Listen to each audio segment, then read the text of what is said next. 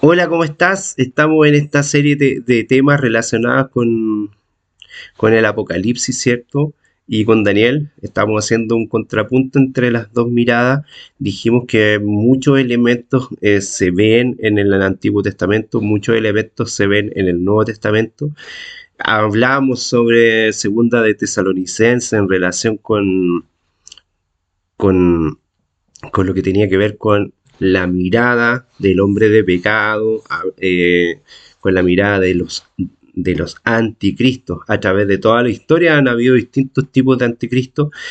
También hablamos acerca de cómo el Señor nos habla por medio de las profecías. Hemos venido mostrando que estas profecías se están revelando para todos.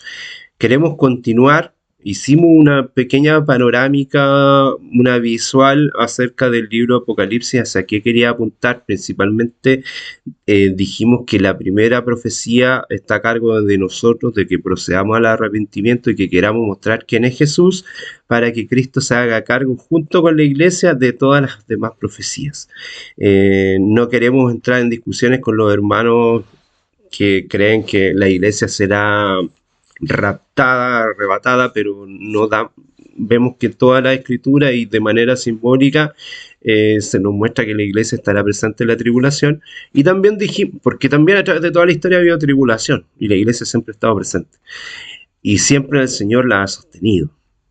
Y en segundo lugar, también que la mirada historicista tan cerrada que marca el tiempo, fechas y los acontecimientos y los símbolos de una manera tan marcada, deja de lado todo lo que está sucediendo hoy día. En las profecías historicistas, ¿dónde está el conflicto de hoy? ¿Dónde están las guerras entre Israel y sus cercanos? ¿Dónde está el nacimiento del pueblo de Israel como nación? ¿Dónde está la mirada de lo que ocurrió con la pandemia? ¿Dónde están todos esos elementos? ¿Dónde está la guerra de Rusia con Ucrania? ¿Dónde está una posible tercera guerra mundial? Eh, Como ya definieron, la mirada historicista ya definió su postura y ya determinó cómo iban a ser los acontecimientos finales, ya no puede salirse de ahí. Ya no se va a dar permiso de salir de ahí. Entonces, ¿quién tiene que salir de ahí? Y de esa mirada y abrir nuestra mente y corazón para que Cristo nos hable directamente. Creo que la respuesta es clara y categórica. Eh, y tienes que dártela tú mismo. Pero admitamos, el Apocalipsis es un libro bien complejo, un libro principalmente difícil de comprender cuando hacemos una mirada superficial y no tomamos elementos del Antiguo Testamento y elementos del Nuevo Testamento, porque si queremos saber quién es Jesús, tenemos que entenderlo a la luz de toda la Escritura. Recuerda que Jesús, antes de que se escribiera el Nuevo Testamento, estaba en el proceso, le dice a un grupo de escribas y fariseos, ustedes han estudiado toda la escritura, han estudiado toda la Torá, han estudiado todo el Tanaj, y en realidad no ven mi testimonio. Creen que en ella está la vida eterna, en cumplir ciertos requisitos, en cumplir los mismos, en cumplir las leyes, en cumplir los 613 mandamientos que ustedes han creado, eh, que yo puse solo 10 conectados conmigo y en el amor, y desde ahí ustedes no han comprendido nada. Y no están entendiendo que yo soy y que las escrituras están dando testimonio de mí porque yo he sido Dios a través del tiempo. Yo soy uno con el Padre, yo he dado a conocer el nombre del Señor, yo he dado a conocer su carácter. Ustedes han malentendido el carácter de Dios. El carácter del Padre es como yo lo presento. En lo que yo he querido mostrar, la misericordia, una misericordia inagotable. Y ustedes han dicho tantas aberraciones, aberraciones que se siguen manteniendo en el mundo cristiano, aberraciones como decir que al Señor se le va a acabar la paciencia, se le va a acabar la misericordia, eh, cuando el Salmo 136 repite muchas veces que el Señor es rico en misericordia y a través de toda la Escritura, toda está dando testimonio de quién es Jesús. Porque nadie ha visto al Padre, sino que ha sido Jesús, ha sido Cristo, el ángel de Jehová, Miguel, el príncipe de los ángeles, quien le ha dado a conocer a través de toda la historia. ¿Es chocante? ¿Te puede parecer fuerte? ¿Te puede parecer duro lo que estoy diciendo? Pero si quieres agarrártela con alguien, agárratelo con Juan en el primer capítulo, versículo 18. Agárratelo con Juan en las cartas de Juan, en el capítulo 4 de Primera de Juan. Es lo que dice la Escritura. Pero vamos a mirar algunos elementos. Y quiero invitarte a Isaías, porque vamos a mirar, bueno, cuando hice una serie acerca de Isaías, dijera el nombre de mi papá, y para mí es el Evangelio dentro del Antiguo Testamento. Yo sé que el Evangelio está presente en todo el Antiguo Testamento, pero es como el más clarito. Quiero leer estos primeros versículos, principalmente el primer versículo de Isaías. Dice: esta es la visión que tuvo Isaías, hijo de Amós, acerca de Judá y Jerusalén, durante la época en que los reyes Usías, Jotam, Acaz y Ezequías reinaron en Judá. Oigan los cielos y escuche la tierra lo que dice el Señor. Verso 2. Crié a mis hijos y los saqué adelante, pero ellos se rebelaron contra mí. El buey conoce a su amo y el burro el lugar donde lo alimentan, pero Israel no me conoce. Mi pueblo no tiene entendimiento, no tiene comprensión. Mi pueblo no me considera, dice otras versiones, no tiene claridad, dicen otras versiones. El pueblo del Señor, que creía comprenderlo todo, no estaba entendiendo nada. ¿No será que tú y yo, como pueblo de Dios injertado, nuevo, no tendremos claridad? O sea, veamos un paralelismo. Estoy leyendo el versículo 3, del 1 al 3. Ahora llévalo al 1, del 1 de Apocalipsis, del 1 al 3. Bienaventurado el que lee, bienaventurado el que escucha y bienaventurado el que cumple la profecía. Este es mi pueblo que no me considera, este es mi pueblo que no me escucha, este es mi pueblo que no me hace caso, este es mi pueblo que no tiene entendimiento. No seremos como lo que dice Isaías, que no estamos escuchando la profecía, que no estamos leyendo la profecía que tiene que ver con su propia revelación. Y por lo último, no estamos cumpliéndola, no la estamos guardando, ni la estamos predicando.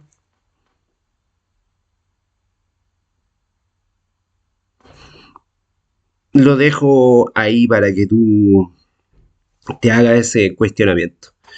Bueno, la estructura del Apocalipsis está basada en una forma poética hebrea, eso es importante decirlo. Juan tiene una raíz hebrea y si bien es cierto, la gran mayoría de las personas dice que fue escrito en griego, obviamente él escribe, y yo creo que no escribió él, tiene que haber tenido un ayudante, así como Pablo en sus últimas cartas, tiene que haber sido ayudado por su vejez, porque estar quedando ciego en el caso de Pablo. Se ven pequeños elementos. De hecho, Hebreos dicen que fue escrito por Priscila, dictado en cierta medida por Pablo, o interpretando lo que Pablo le está contando, porque Pablo ya no tenía las condiciones de escribir. eso creo que pasó también con el Apocalipsis, donde Juan estaba muy anciano y tiene que referenciar lo que él piensa para que en su pensamiento hebreo otro lo esté escribiendo en griego. Y si bien es cierto, nosotros podemos hablar un segundo o un tercer idioma, pero quizás estamos pensando en de una manera en la que nosotros tenemos una cosmovisión del mundo. Yo no puedo decir que aunque aprenda portugués o aprenda inglés o aprenda otro idioma, el italiano que me gusta, eh, yo no tengo una cosmovisión desde esos lugares. Puedo conocer algunas palabras, puedo darme a entender o conocer algunas de esas palabras, pero sin embargo no voy a tener una comprensión total porque yo pienso como sudamericano que habla español, que habla castellano, como un sudamericano que piensa como un chileno. Y eso tengo que hacerme cargo de esa situación. Por más que quiera a lo mejor hablarte en portugués y a lo mejor el día de mañana lo logré hacer o hablar en inglés o hablar en italiano o en francés, van a haber muchos elementos que quizás me logre comunicar, pero no voy a lograr transmitir todo. Parte de eso es lo que pasó con Juan, alguien que pensaba como hebreo, como judío, que hablaba en arameo, porque era la lengua que más se usaba. Recuerda que el hebreo es solamente un lenguaje ritualista. Entonces, él está dictando a alguien que lo está apoyando y esa otra persona está escribiendo en griego para poder tener esa comprensión. Pero él está haciendo una forma poética que era muy común dentro del pensamiento judío o hebreo, podríamos llamar.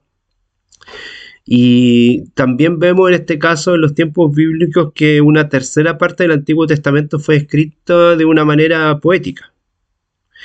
Hay libros llamados los libros sapienciales o libros poéticos. De hecho, eso es así. Como podemos ver en un vistazo de una de las versiones modernas de la Biblia, los profetas grabaron muchos de sus mensajes, los cuales eran muy importantes para el autor del Apocalipsis, en una forma poética también. Tal como la poesía de nuestros días, la del antiguo Israel expresaba emociones y usaba un lenguaje figurativo, un lenguaje simbólico, que expresaba emociones y usaba ese tipo de representaciones. Ocasionalmente su poesía, tal como la poesía nuestra hacia el uso de las palabras, de los sonidos y usos similares como son más frecuentes, los escritores hebreos construían su poesía en otros tipos de paralelismos, especialmente paralelismo de significado y de pensamiento, un paralelismo de sinónimos en el cual las líneas secundarias o sucesivas repiten la idea general y si tú puedes leer, siempre hay como una repetición. En los versículos antiguos del Antiguo Testamento se repiten algunas ideas. Es como que el escritor está diciendo algo y lo vuelve a reafirmar. Un poco eso. En el cual esas líneas secundarias o consecutivas, sucesivas, repiten esa idea original, pero con una palabra distinta. Por ejemplo, Israel, mi pueblo, es que mi pueblo que no me considera, un poco lo que hablábamos acerca de Isaías. También pudiera ser un paralelismo antiético en el cual las líneas sucesivas se mantienen en contraste con la primera línea, por ejemplo, la blanca respuesta quita la ira, pero la palabra áspera enciende el enojo. Los proverbios también tienen mucho de eso, o sea, ponen un contrapunto y eso es como un quiasma, una forma particular de paralelismo en una estructura quiástica típica que es una idea A que se contrapone con una idea B que se añade al mismo texto. Miramos un poco algunos elementos también que dijimos desde la mirada escatológica. En la primera parte hicimos mención, en la segunda parte ya, hicimos una mención al prólogo, a las 7 iglesias, los 7 sellos, las 7 trompetas y la gran controversia. También queremos mirar a otros elementos que podrían estar presentes. Por ejemplo, las 7 últimas plagas. No hicimos tanta referencia a ellas. En los capítulos 15 y 16, entre el versículo 1 del capítulo 15 al versículo 21 del capítulo 16, vemos esta forma en que se presentan las plagas. De manera de advertencia dijimos los ríos, la tierra, la fuente de las aguas, el mar, el sol, la luna, las estrellas. Es un poco ya lo nombrábamos, lo que pasaba con el río Éufrates, lo que pasaba con el trono de la bestia, en el capítulo 16, y una voz que dice claramente que está consumado la obra, capítulo 16. Luego dijimos que la caída de Babilonia en el capítulo 17 al capítulo 19. ¿Por qué se diría esto de el hundimiento de una falsa mujer, una falsa madre, podríamos decir, vestida de púrpura, del capítulo 17 en adelante, y que sus hijas son las rameras? ¿Por qué diríamos esto si no tiene que ver con una relación con la iglesia? ¿Por qué diríamos esto en relación con la mujer en el desierto en el capítulo 17, verso 3, si no tiene que ver con la iglesia no va a estar presente?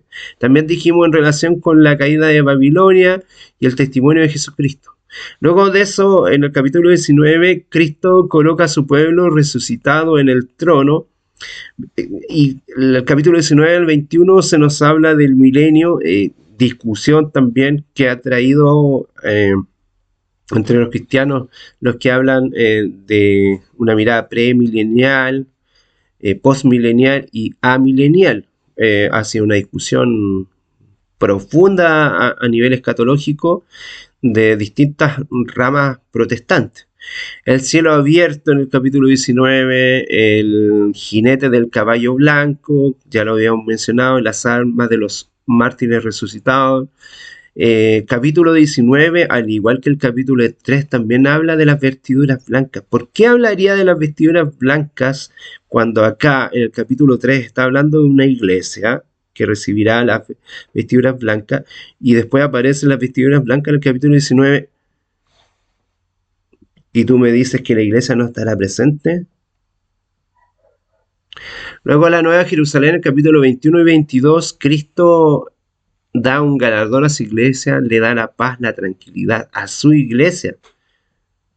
Cristo se presenta como la lámpara eterna, se presenta como el santuario mismo en el capítulo 21. Ya no hay necesidad de templo, porque Cristo es el templo, porque Cristo en el capítulo 9 de Hebreos pasa a los lugares celestiales, pasa hacia los lugares santos, porque Él mismo es el santuario. ¿Por qué se nos habla del árbol de la vida en el capítulo 22, que es una promesa que se da a una de las 3 iglesias que ya hemos mencionado? ¿Por qué las puertas nunca se cierran si la iglesia de la Odisea en el capítulo 21 es la que abre la puerta, y en el capítulo 4 se abre el corazón? En el capítulo 3, al final, se habla de la iglesia de la Odisea que debe abrirle el corazón al Señor, y en el capítulo 4, verso 1 dice que se abre la puerta del corazón para que Cristo entre, y luego en el capítulo 21 se habla de puertas que nunca se cierran. Y tú me dices que la iglesia no está presente. Se nos habla del trono de Dios y el Cordero, que es parte de la revelación, la nueva Jerusalén que desciende del cielo, y que se nos aclara que viene Cristo pronto. Y Cristo nos está mostrando su conclusión y testimonio a través del capítulo 22, y nos vuelve a repetir algo que ya nos dijo, que era Él el alfa y el omega, el principio, el fin, y que viene pronto, que es algo que viene transmitiendo hace bastante ya. Entonces, en base a esa mirada, como dijimos, queremos tener esa sencilla mirada. Por ejemplo, cuando dijimos en relación con el quiasma, que, por si no te queda claro, Efraín no envidiará a Judá y Judá no acusará a Efraín. Esa es la forma un tanto poética que se hace referencia a que las visiones del Apocalipsis se presentan. En los capítulos que a veces parecieran para muchos escritores bíblicos no les cuadran con la totalidad de los escritos exactamente, pero esas divisiones de capítulos no son de Juan. Tienes que tener claridad que Juan escribió todo el libro y nosotros hicimos esa división.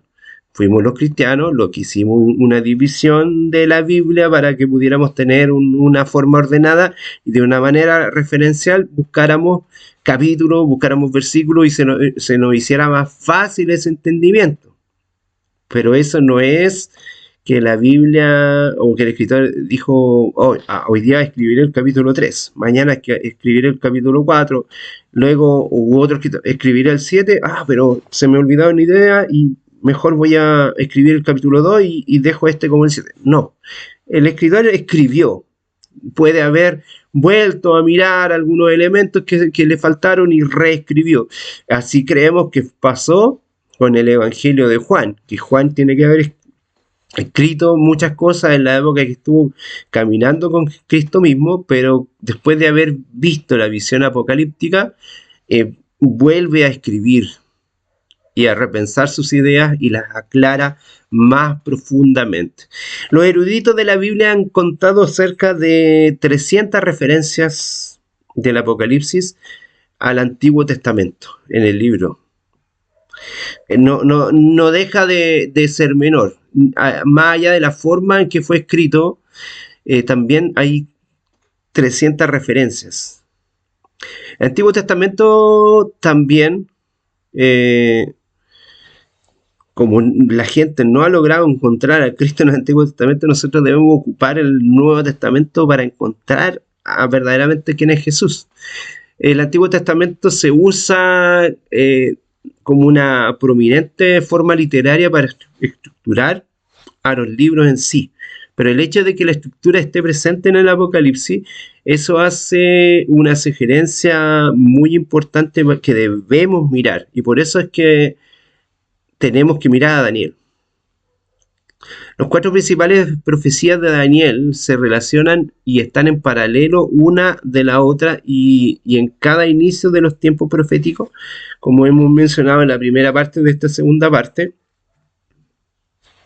tanto de una mirada política, tanto de una mirada religiosa, tanto de los eventos que seguirán hasta el fin del tiempo y el establecimiento del reino celestial de Dios, que son elementos importantes que tiene el libro de Daniel.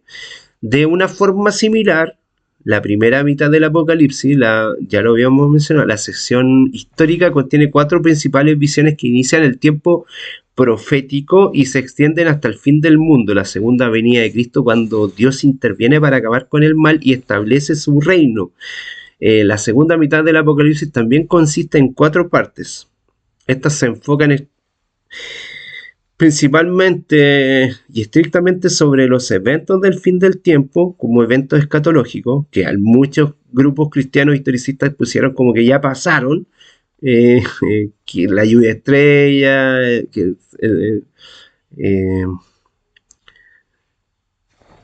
el sol se oscureció, que la luna se puso roja, le pusieron ya fecha a esos eventos.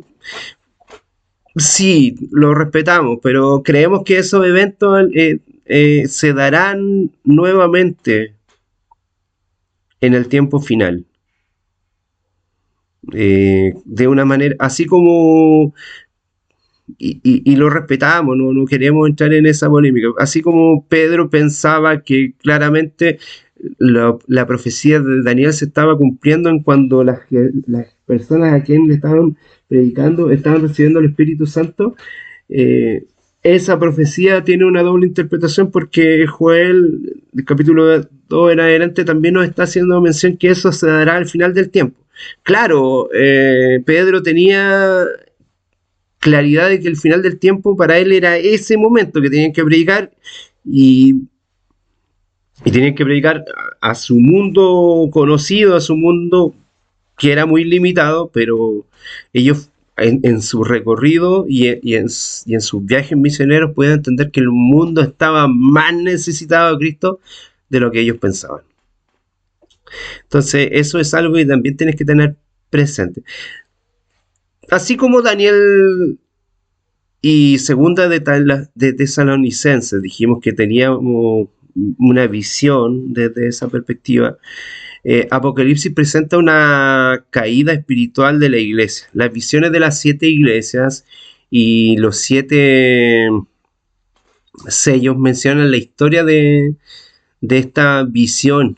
La visión de las 7 trompetas son advertencias que Dios envía para llamar a la gente que se encuentran en un camino perdido, en un camino equivocado, en un camino, en un cristianismo sin Cristo.